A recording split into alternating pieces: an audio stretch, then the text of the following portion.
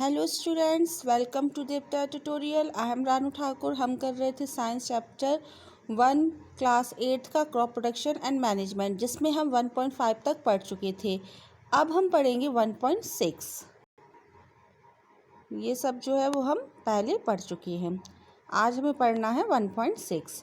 So what is given in 1.6? In 1.6 our topic is irrigation. Irrigation means क्या होता है? सिंचाई करना। All living being need water to live. जो सभी लिविंग बीइंग्स होते हैं उनको पानी की ज़रूरत पड़ती है। वाटर जो है is important for proper growth and development. Proper growth and development के लिए हमें वाटर की ज़रूरत पड़ती है। वाटर जो है वो प्लांट की रूट से अब्जॉर्ब किया जाता है। मीन्स वाटर जो है वो प्लांट क्या करते हैं ना, अपनी रूट से पानी लेते हैं। प्लांट जो रहते हैं वो अपनी रूट से मिनरल्स एंड फर्टिलाइज़र भी लेते हैं। प्लांट्स में लगभग जो रहता है 90% वाटर रहता है। प्लांट जो है बहुत ज़्यादा ज़रूरी है, क्योंकि जो जर्मिनेशन है सीड्स का वो ड्राई कंडीशन में पॉसिबल नहीं हो सकता। जो न्यूट्रिएंट डिज़ोल्व होते हैं पानी में वो क्या हो जाते हैं, रूट क्या करती है, उन न्यूट्रिएंट को ले लेती है और पूरे each part of the plant, मतलब सही पार्ट ऑफ द प्लांट तक पहुंचाती है। वाटर जो है वो क्या करता है, जो करंट एयर्स होती है ना, हॉट करंट्स एयर्स, उनसे भी हमारे प्लांट्स को बचाता है। टू मेंटेन मॉइस्चर, मतलब सॉइल का मॉइस्चर मेंटेन करने के लिए और हेल्दी क्रॉप के लिए हमें अपनी फील्ड में लगातार पानी देना चाहिए। जो the supply of water to crop at a regular interval is called irrigation. ठीक है, और जो हम सप्लाई करते हैं वाटर की एक रेगुलर इंटरवल में, उसे हम क्या बोलते हैं, इरिगेशन बोलते हैं। लेकिन जो पानी देने का टाइम है और जो कितना पानी हमें देना है वो वरी करता है वहाँ के क्रॉप पे, कि वहाँ हमने क्रॉप कौन सा लगाया, वहाँ की मिट्टी कैसी और सीज़न कौन सा चल रहा है। एग्ज़ाम्पल के लिए, अगर आप समर में पानी दे रहे हैं, अगर समर में आप सिंचाई कर रहे हैं तो क्या होगा, आपको पानी ज़्यादा लगेगा। क्यों? क्योंकि समर में जो एवापोरेशन की प्रोसेस है वो क्या होती है, ज़्यादा होती है।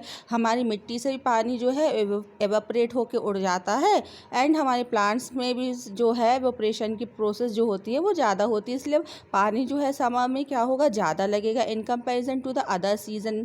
ठीक है, और जो हमारी मिट्टी है अगर वो बहुत ज़्यादा ड्राई है तो उसमें भी क्या होगा, पानी ज़्यादा लगेगा। अब हम पानी किन किन सोर्सेज से देंगे, हम सिंचाई करेंगे किन किन सोर्सेज से, तो आपको पता है सोर्सेज ऑफ वाटर क्या है, well, tubewell, pond, lakes, river, dams and canals. इन सभी में क्या होता है, पानी होता है। ठीक है, अब traditional method of irrigation. Traditional method क्या थी इरिगेशन की? पहले क्या था कि जो पानी है इनमें, वेल्स में, लेक्स में, कैनाल्स में, उनको क्या करते थे, हम पानी उनमें से निकालते थे और अपनी फील्ड में देते थे। जिसमें हम किसका यूज़ किया करते थे, मैन, या तो आदमी पानी निकालता था या पल्लो, या क्या होता था, जानवर की सहायता से पानी निकलवाया जाता था। ये जो मेथड थी बहुत ज़्यादा चीप थी, मीन्स सस्ती थी, लेकिन ज़्यादा एफिशिएंट नहीं थी। क्योंकि अब इतनी बड़ी फील्ड को पानी देना है, अगर हम मैन से भी निकलवाएंगे, फार्मर अगर खुद पानी खींच के निकालेगा, लिफ्ट करेगा और एनिमल लिफ्ट करेंगे तो क्या हो जाएगा, एक टाइम के बाद वो क्या हो जाएंगे, थक जाएंगे, है ना। तो ये क्या थी, इफ़िशिएंट मेथड नहीं थी। तो आपको कुछ ट्रेडिशनल जो मेथड है ना वो दिए हैं उनके name.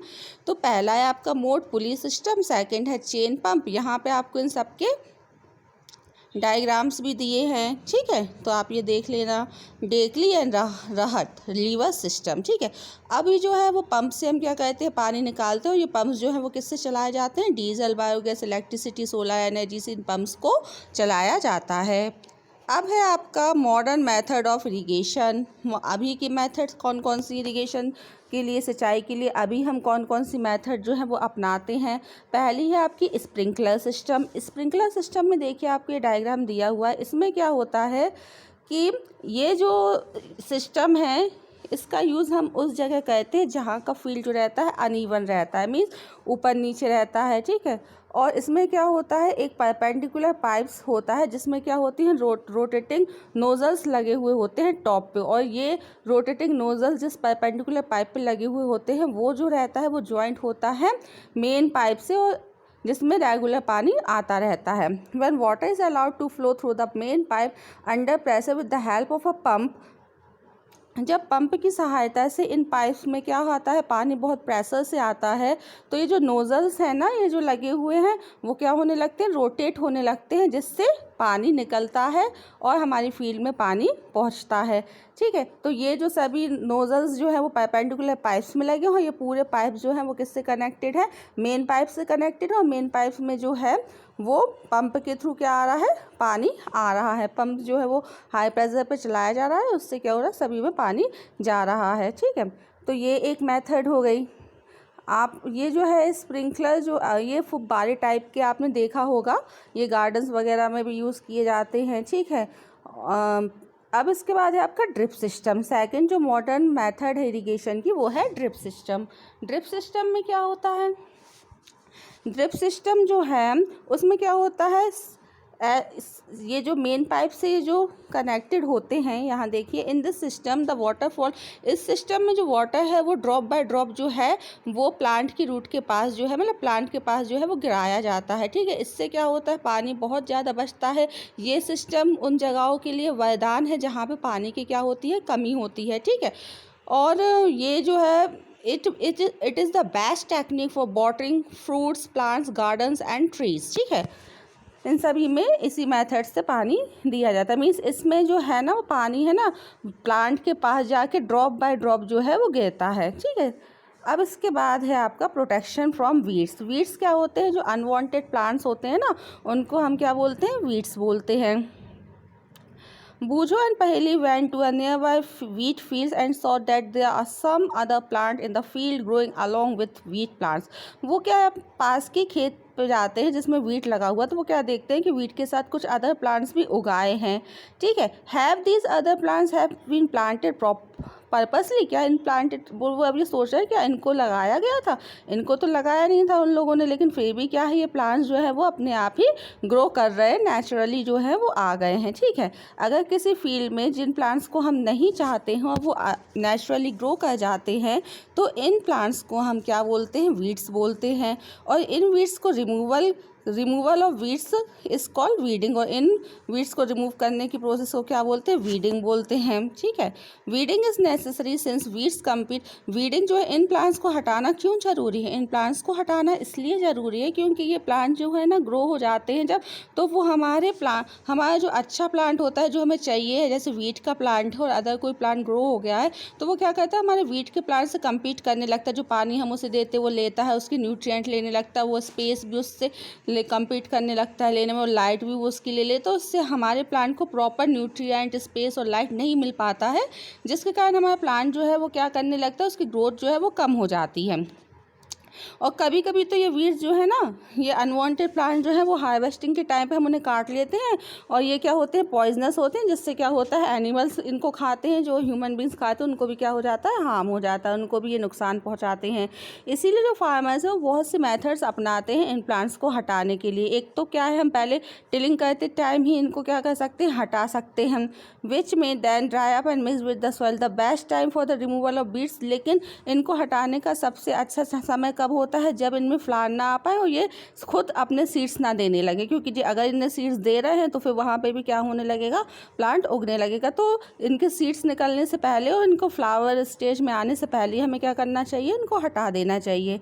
The manual removal includes physical removal by uprooting और cutting them close to the ground from time to time. इसलिए हमें अपनी फील्ड पे जाके समय समय से अगर यहाँ पे ऐसे कोई वीड्स आ रहे हैं तो उनको क्या करना चाहिए, रिमूव करना चाहिए। सीड ड्रिल से भी हम क्या कर सकते हैं, इन वीड्स को हटा सकते हैं। और एक और मेथड है वीडीसाइड्स। वीडीसाइड्स क्या है, एक केमिकल है जिसमें इसको हम क्या करेंगे, इन वीड्स पे स्प्रे करेंगे। ये जो है वो हमारी क्रॉप को डैमेज नहीं करेगा, लेकिन जो अनवांटेड प्लांट्स हैं उनको क्या कर देगा, हटा देगा। तो वीडीसाइड्स को हम क्या करेंगे, डाइल्यूटेड मतलब पानी में मिला के और फिर क्या करते हैं, स्प्रे करते हैं। ठीक है, has already mentioned the weedicides जो है are spray during the vegetative growth of weeds before the flower. मतलब जो वीडीसाइड्स जो हमें डालना है अपने अनवांटेड प्लांट्स पे, तो क्या है उसको हमें जो वीड्स है उसमें फ्लावरिंग स्टेज नहीं होनी चाहिए, ठीक है, उससे पहले डालना है, हम पहले पढ़ चुके हैं।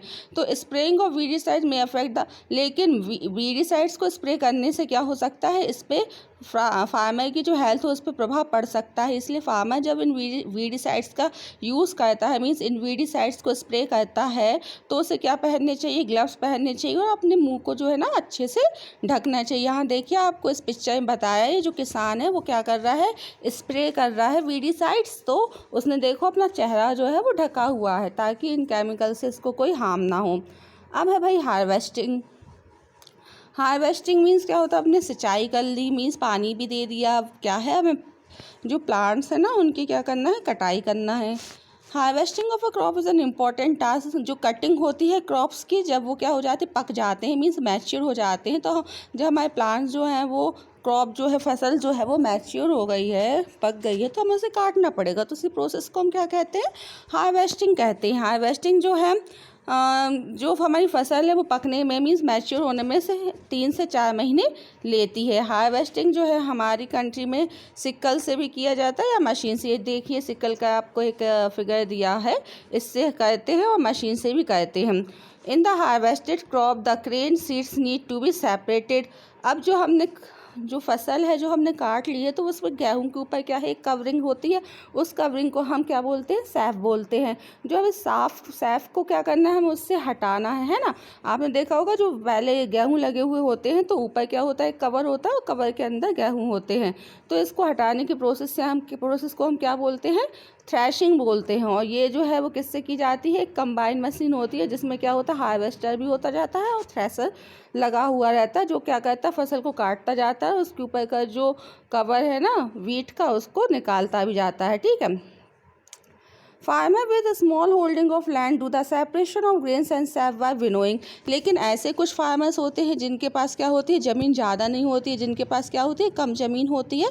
तो वो क्या करते हैं, अपनी गेहूं में से उन सैफ को, मीन्स जो उनके ऊपर छिलका बोल सकते हैं अपन, या फिर जो कवरिंग है, छिलका लगा हुआ, उसे कैसे निकालते हैं, वो विनोइंग के थ्रू निकालते हैं। तो विनोइंग जो है हम हैंड से भी कर सकते हैं, और एक विनोइंग मशीन आती है जो ये देखिए इससे भी होती है। तो हैंड प्रोसेस आपने देखी होगी, आपने देखा होगा गांव में क्या होता है, कुछ ऊंचाई पे किसान खड़ा हो जाता है और फिर वो क्या करता है, धीरे धीरे वो गेहूं जो उसने निकाले हैं खेत से वो डालता है, उसमें से जो उसका छिलके होते हैं ना, जो ऊपर की जो कवरिंग होती है, वो हवा के थ्रू क्या हो जाती है, उड़ जाती है, और उसका जो गेहूं रहता है वो नीचे बैठ जाता है, आ जाता है। ठीक है। तो ये विनोइंग प्रोसेस हो गई। इसके बाद आपको बताया है स्टोरेज। ठीक है, स्टोरेज। अब हमने क्या कर लिया, सिंचाई कर ली और हमारे उसको काट भी लिया, हमारी फसल को काट लिया, और उसे हमें क्या करना है, स्टोर करके रखना है। तो storage of producer important task. ये क्या है, एक बहुत इम्पॉर्टेंट टास्क है, क्योंकि हमने जो हार्वेस्टेड ग्रेन, मतलब जो हमने कटाई की है और जो ग्रेन निकला है, उसे हम लंबे समय तक स्टोर करके रखना चाहते हैं। इसलिए हमें इससे किससे बचाना होगा, इसलिए हमें इससे मॉइस्ट, नमी ना लग पाए, इसमें कोई इंसेक्ट इसमें ना आ पाए, रैट्स और माइक्रो ऑर्गेनिज्म से ना इसे बचाना पड़ता है हमें।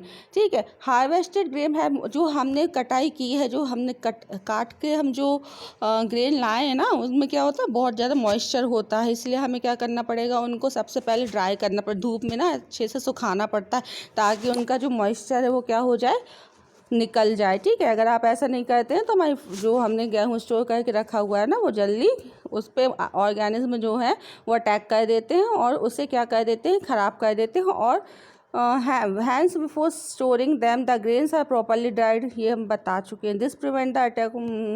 ठीक है। अब इसके बाद आपको बता रहे हैं जो फार्मर्स हैं, स्टोर ग्रेन्स, फार्मर क्या करते हैं, इन गेहूँ को, इन ग्रेन्स को क्या करते हैं, ग्रेन्स में इस अनाज को क्या करते हैं, वो एक जूट बैग में रखते हैं, और या फिर मेटलिक बिन्स भी यूज़ कर सकते हैं। ठीक है। तो उसमें रख के वो क्या करते हैं, गोदाउन्स में रख देते हैं स्टोर करके। ठीक है। Storage of grains is done in silos and granaries to protect them from pest like rats and insect. तो वहाँ पे गोडाउंस में ही रख देते ताकि इन पे इंसेक्ट्स और पेट्स जो है यहाँ ना आए और इसको, हमारे ग्रेन्स को, हमारे अनाज को ख़राब ना करें। तो ये देखिए आपको डायग्राम में बताया गया है, इसमें जूट बैग्स में जो है वो रखे हुए हैं ग्रेन्स। ठीक है। और क्या होता है, जो dried neem leaves are use for storing. Dried neem जो है वो क्या कहते हैं, हम घर पे जो हमारा गेहूं रखा हुआ होता है ना, उसमें हम क्या कहते हैं, सूखी नीम की पत्तियां डाल देते हैं for storing large quantity of grains in a big godown space. लेकिन गोदाउन में तो जो है बहुत ज़्यादा ग्रेन रखा हुआ, अनाज रखा हुआ है, तो उसको वहाँ सुरक्षित रखने के लिए कुछ केमिकल ट्रीटमेंट्स का यूज़ किया जाता है, ताकि वो क्या कर सके, उसे हम पेट्स और माइक्रो ऑर्गेनिज्म से प्रोटेक्ट कर सकें। अब है आपका फूड फ्रॉम एनिमल्स। ठीक है, तो अभी हमने इस पूरे चैप्टर में ये देखा कि हमें फसल से क्या मिल रहा था, फूड मिल रहा था, मीन्स क्रॉप से फूड मिल रहा था, लेकिन हमें एनिमल से भी फूड मिलता है। तो जैसे हम अपना जो प्लांट्स है उसकी केयर करते, उसको वाटर देते टाइम टू टाइम, उसमें मिनरल फर्टिलाइज़र डालते, वैसे जो अब एनिमल से अगर हमें फूड मिल रहा है, जैसे एनिमल से मिल्क, मीट, एग, ये सब कुछ मिलता है, तो ये भी एक फूड है। तो हम क्या करेंगे, एनिमल्स को पालेंगे, उनको क्या प्रोवाइड कराते हैं, शेल्टर प्रोवाइड कराते हैं, खाना देते हैं। ठीक है, तो ये क्या कहलाएगी, हमारी एनिमल हस्बेंड्री कहलाएगी। After completing many people living in the coastal areas consume fish as a major part of their life. जो पीपल जो रहते हैं कोस्टल एरियाज़ के पास, जो पीपल रहते हैं वो क्या खाते हैं, फ़िश खाते हैं। ठीक है, in the previous classes you have learned about the food that we obtain from plants. आपने प्रीवियस क्लासेज में पढ़ लिया है कि हमें जो है प्लांट से कौन कौन से फूड मिलते हैं। We have just seen that the process of crop production involve number of step. हमारे लिए फसल उगाने के लिए नंबर ऑफ स्टेप्स को फॉलो करना पड़ता है। जैसे हमें पहले वीड्स का सिलेक्शन करना पड़ेगा, सोइंग, रन, इरिगेशन। ठीक है, इन सबको भी हमने पढ़ा है ना। वैसे ही हम एनिमल्स को भी क्या कहते हैं, अपने घर में पालते हैं या फिर खेतों में पाला जाता है, उनको प्रॉपर फूड दिया जाता है, रहने के लिए जगह दी जाती है, उनकी केयर की जाती है। और जब ये लार्ज स्केल पे किया जाता है तो इसे क्या बोलते हैं, एनिमल हस्बेंड्री बोलते हैं। तो ये था आपका चैप्टर फर्स्ट।